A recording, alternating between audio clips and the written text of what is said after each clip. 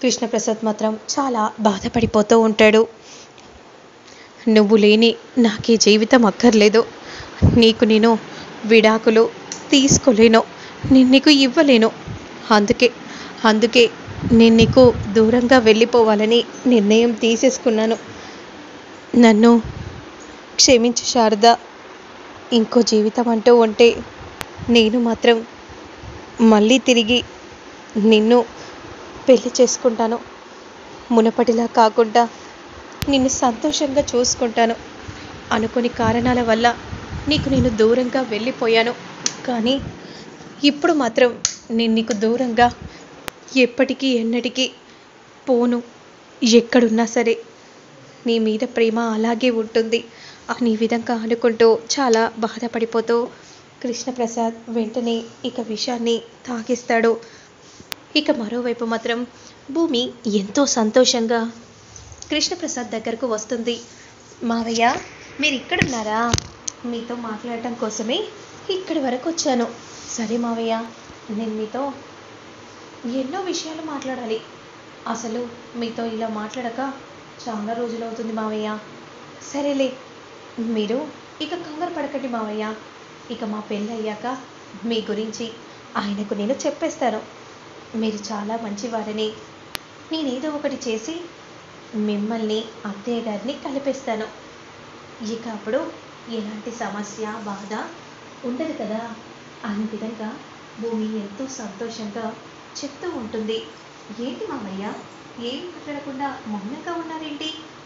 ఏదో ఒకటి మాట్లాడండి మావయ్య అని ఈ విధంగా అంటూ ఉంటే, మావయ్య మావయ్య మిమ్మల్ని మావయ్య, మీరు ఇలా మౌనంగా ఉన్నారేంటి? నేను మిమ్మల్ని కలుపుతానంటే మీరు ఎంత సంతోషపడాలి మావయ్య. మీరు అలా సంతోషపడకుండా మీరు అలా మౌనంగా ఉన్నారేంటి మావయ్య? మిమ్మల్ని మావయ్య, నేను మాట్లాడేది మీతోనే అనే విధంగా అంటూ ఉంటే కూడా ఇక పలకకపోయేసరికి చాలా కంగారు పడిపోతూ ఉంటుంది. ఏమైంది మావయ్య, అలా ఉలకకుండా పలకకుండా అలా మౌనంగా ఉన్నారేంటి అనే విధంగా అంటూ ఇక వెంటనే భూమి అలా వచ్చి చూసేసరికి ఇక రక్తం నోట్లో నుండి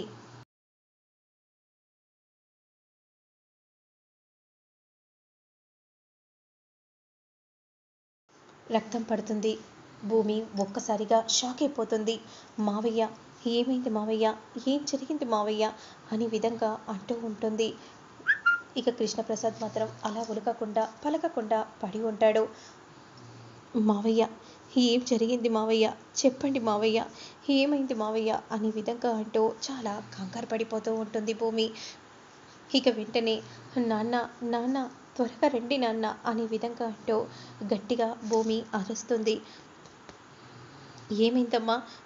మావయ్య మావయ్య నోట్లో నుండి రక్తం పడింది నాన్న అనే విధంగా భూమి చెప్పగానే ఒక్కసారిగా అందరూ కూడా షాకింగ్గా చూస్తూ ఉండిపోతారు.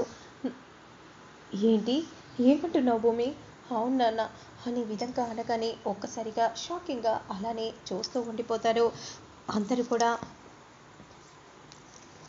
ఇక వెంటనే కృష్ణప్రసాద్ని హాస్పిటల్కి తీసుకెళ్తారు.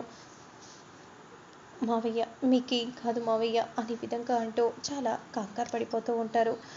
అసలు కృష్ణప్రసాద్ ఎందుకు ఇలా చేశాడు? ఏమయ్యి ఉంటుంది? నాకేం అర్థం కావట్లేదు. ఏముంది ఏముందన్నయ్య, అంతా ఆ శారద వల్లే అయ్యుంటుంది. విడాకులు ఇవ్వమని చెప్తే కూడా విడాకులు ఇవ్వలేదేమో. పైగా తన పక్కన భర్తగా ఆయన్ని కూర్చోమని అందేమో. అందుకే పాపం ఆయన ఎవరికి చెప్పుకోవాలో ఏం చేయాలో అర్థం కాక ఆయన ఇలా చేయాల్సి వచ్చింది.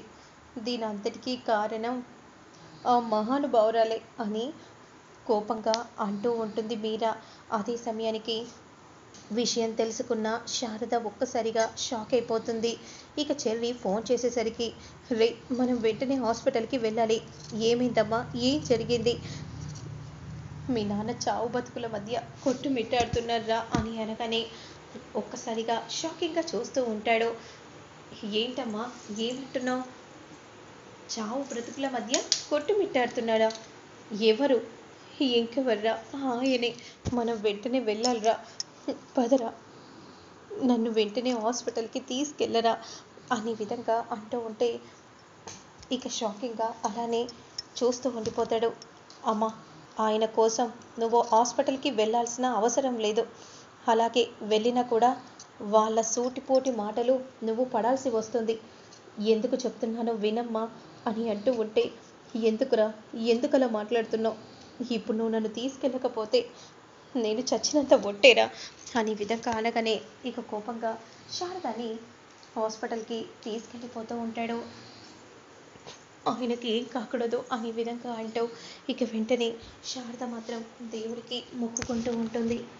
ఇక అదే సమయానికి హాస్పిటల్కి రాగానే, ఇదిగో మహాతల్లి వచ్చిందన్నయ్య, మళ్ళీ వచ్చింది ఈ మహాతల్లి అనే విధంగా మీరా కోపంగా అంటూ ఉంటుంది. ఆయనకి నువ్వు విడాకులు ఇవ్వమంటే విడాకులు ఇవ్వకుండా నీ పక్కన భర్త స్థానంలో ఉండమని చెప్తావా? అందుకే పాపం ఆయన ఎవరికి ఎలా ఏం చెప్పాలో అర్థం కాక చూడు, ఆయన చావు బ్రతుకుల మధ్య కొట్టుమిట్టాడుతున్నాడు. వీటన్నిటికీ కారణం నువ్వే కదా, నీ వల్లే ఆయనకి ఇలాంటి పరిస్థితి ఏర్పడింది అని కోపంగా అంటూ ఉంటుంది. అంతలో గగన్ మాత్రం కోపంగా, ఆగు చిన్నమ్మ, అయినా మా అమ్మ విడాకుల పేపర్ మీద సంతకం పెట్టమని అంది, కానీ ఆయనే సంతకం పెట్టకుండా ఇదిగో ఇలా చేసుకున్నారు. ఎవరు చేసుకోమని చెప్పారు? ఇందులో మా అమ్మది తప్పు లేదు అంటే మీ అమ్మ నిజంగా విడాకుల పేపర్పై సంతకం పెట్టమని ఆయన్ని అడిగిందా? అయితే ముందు నువ్వు పెట్టు, అప్పుడు మేము నమ్ముతాము అనే విధంగా అనగానే, అమ్మ ఇంకా నువ్వేం ఆలోచిస్తున్నావమ్మా? పెట్టాలని అనుకున్నావు కదా, త్వరగా పెట్టేయమ్మా, అప్పుడైనా వీళ్ళైనా తెలుసుకుంటారు నువ్వు ఎలాంటి తప్పు చేయలేదని అనే విధంగా అనగానే అప్పుడు వెంటనే ఇక శారద చాలా బాధపడిపోతూ సంతకం పెడుతుంది. ఇక భూమి మాత్రం ఒక్కసారిగా షాకింగ్గా అసలు ఏం జరుగుతుందో ఏం అర్థం కాక అలానే చూస్తూ ఉండిపోతుంది. అసలు ఎందుకు ఇలా చేస్తున్నారు, ఇద్దరిని కలపాలని చూస్తే చివరికి ఇలా జరిగిందేంటి అనే విధంగా అనుకుంటూ భూమి చాలా బాధపడిపోతూ ఉంటుంది. ఇక మరోవైపు డాక్టర్ బయటికి వస్తాడు. డాక్టర్, ఏమైంది డాక్టర్, మా ఆయనకి ఎలా ఉంది డాక్టర్? డాక్టర్ చెప్పండి డాక్టర్, మా బావగారికి ఇప్పుడు ఎలా ఉంది? మా బావగారికి ఏం కాదు కదా, చెప్పండి డాక్టర్, మా బావగారికి ఏం కాదని చెప్పండి అనే విధంగా అందరూ కూడా డాక్టర్ని అడుగుతూ ఉంటారు. ఇప్పుడు మేము ఏమీ చెప్పలేము, ఎందుకంటే ఆయన కండిషన్ చాలా సీరియస్గా ఉంది. ఆయన శారద అని కలవరిస్తున్నారు. ఇందులో ఆ శారద ఎవరమ్మా అనే విధంగా అనగానే, నేనే డాక్టర్ అనే విధంగా శారద అంటూ ఉంటే ఇక మీరా కోపంగా చూస్తూ ఉండిపోతుంది. కలవరిస్తే నా పేరు కలవరియాలి కానీ దీని పేరు అలా ఎలా ఆయన కలవరిస్తారు అని కోపంగా అంటూ ఉంటుంది.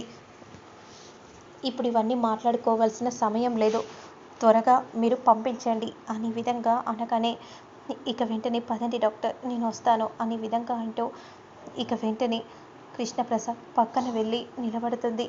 ఎంతో బాధపడిపోతూ, నువ్వన్న శారద వచ్చింది, ఇక కళ్ళు తెరిచి చూడు బాబు అనే విధంగా అనగానే ఇక నెమ్మదిగా కళ్ళు తెరుస్తూ ఉంటాడు కృష్ణప్రసాద్. శారద, నువ్వు నా పక్కనే ఉండు శారద, నువ్వు ఎక్కడికి వెళ్ళకు శారద, నా పక్కనే ఉండు అనే విధంగా అంటూ ఇక కేపీ శారద చెయ్యి పట్టుకోగానే ఇక గగన్ షాకింగ్గా చూస్తూ ఉండిపోతాడు. వాళ్ళని మీరెవ్వరూ విడగొట్టలేరు, విడాకులు ఇస్తే ఇద్దరి మధ్య బంధం లేదనుకోవటం తప్పండి, ఇప్పటికైనా అర్థమైందా అని భూమి అనగానే ఇక అందరూ షాకింగ్గా భూమి వైపే చూస్తూ ఉంటారు. మరి ఆ తర్వాత ఏం జరుగుతుంది ఏంటి అనేది నేను మళ్ళీ నెక్స్ట్ వీడియోలో అప్లోడ్ చేస్తాను, లేట్ చేయకుండా చూసేయండి.